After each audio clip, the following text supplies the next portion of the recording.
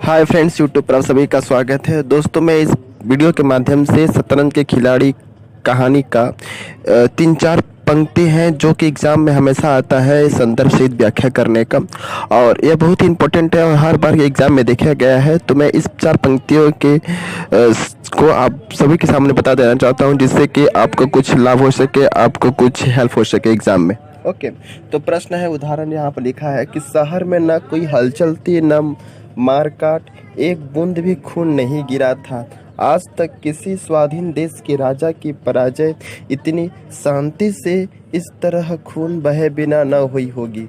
यह वह अहिंसा न थी जिस पर देवगण प्रसन्न होते हैं, यह वह कायरपन था जिस पर बड़े बड़े कायर भी आंसू बहाते हैं। तो यह पंक्तियाँ एग्जाम में दी रहेंगी और आपको बोला जाएगा कि संदर्भ सहित व्याख्या कीजिए। तो कैसे करना है? सबसे पहले लिखना है कि संदर्भ, ठीक ना। संदर्भ और व्याख्या को अच्छे तरीके से पढ़ के सुनाऊंगा जिससे कि आपको समझ में आए। तो संदर्भ स्टार्ट करते हैं। प्रस्तुत पंक्तियाँ हिंदी के महान कथाकार प्रेमचंद की कहानी शतरंज के खिलाड़ी से उद्धृत की गई है। यह आप सबसे पहले लिखना है।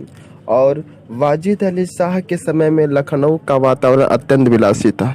आपको याद रखना है कि वाजिद अली शाह के समय में लखनऊ का जो वातावरण था अत्यंत विलासी हो गया था। उसी वातावरण में मिर्जा और मीर शतरंज खेलने में डूबे हुए थे।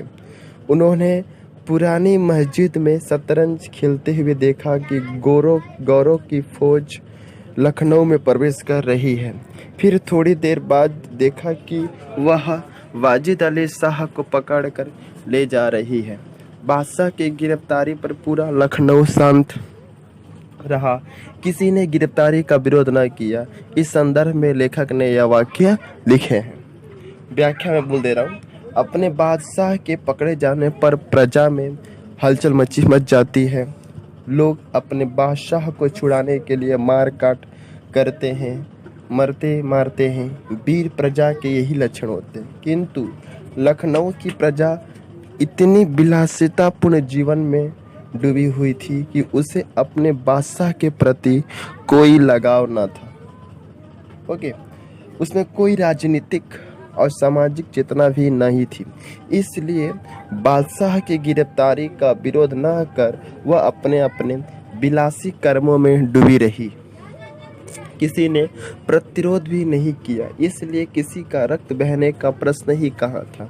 लेखक टिप्पणी करता हुआ कहता है कि स्वाधीन देश की प्रजा में स्वाधीनता की चेतना और ऊर्जा होती है, और चूंकि बादशाह स्वाधीन देश का शासक होता है, प्रजा के सुख चैन का रखवाला होता है, उसके विकास की चिंता करता है तथा वह देश की एकता का प्रतीक होता है। अतः प्रजा उसे प्यार करती है, उस पर जान निछावर करती है और उस पर आई हुई आपत्ति को देश पर आई हुई आपत्ति मानकर उसके बचाव के लिए लड़ती है, खून बहाती है।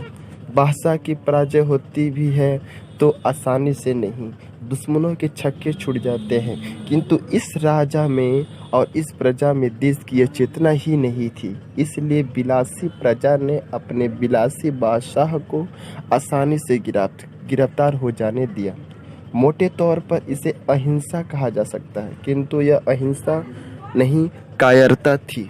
अहिंसावादी सत्य और न्याय के लिए संघर्ष करता है। वह अपने प्राण देकर भी उसकी रक्षा करता है, उससे भागता नहीं है। अहिंसावादी बहुत बड़ा योद्धा होता है जो मानवतावादी मूल्यों की रक्षा में अपने को बलिदान कर देता है, और उसके इस कृत्य पर देवता प्रसन्न हो जाते हैं। देवता उच्च मूल्य के प्रतीक हैं, अतः वे मनुष्य के उच्च कार्यों से तृप्त होते हैं, उसे आशीष देते हैं, उसे आशीर्वाद देते हैं। अतः लखनऊ के विलासियों की यह निष्क्रियता अहिंसा नहीं थी, यह कायरता की चरम सीमा थी। यह उस कोटि की भयानक कायरता थी जिसे देखकर बड़े बड़े कायर भी दुखी होते हैं और रोते हैं, यानी वे भी इस कायरता को देखकर दुख से कह उठते हैं कि यह कितने बड़े कायर हैं। तो यह पॉइंट जो है बहुत ही इम्पोर्टेंट पॉइंट है, बहुत ही एग्ज़ाम के लिए अच्छा सिद्ध होने वाला है, क्योंकि ये जो पंक्ति मैंने बोला है कि शहर में ना कोई हलचल थी से लेकर के आंसू बहाते हैं तक, ये परीक्षा में बहुत बार आ चुका है और संदर्भ सहित व्याख्या करने के आता है। ओके, तो आई थिंक आप लोगों को समझ में आया होगा। चूँकि वीडियो बड़ा ना हो जाए इसलिए मैं सोचता हूँ कि कितना भी जल्दी से जल्दी जो है वीडियो बना दूँ।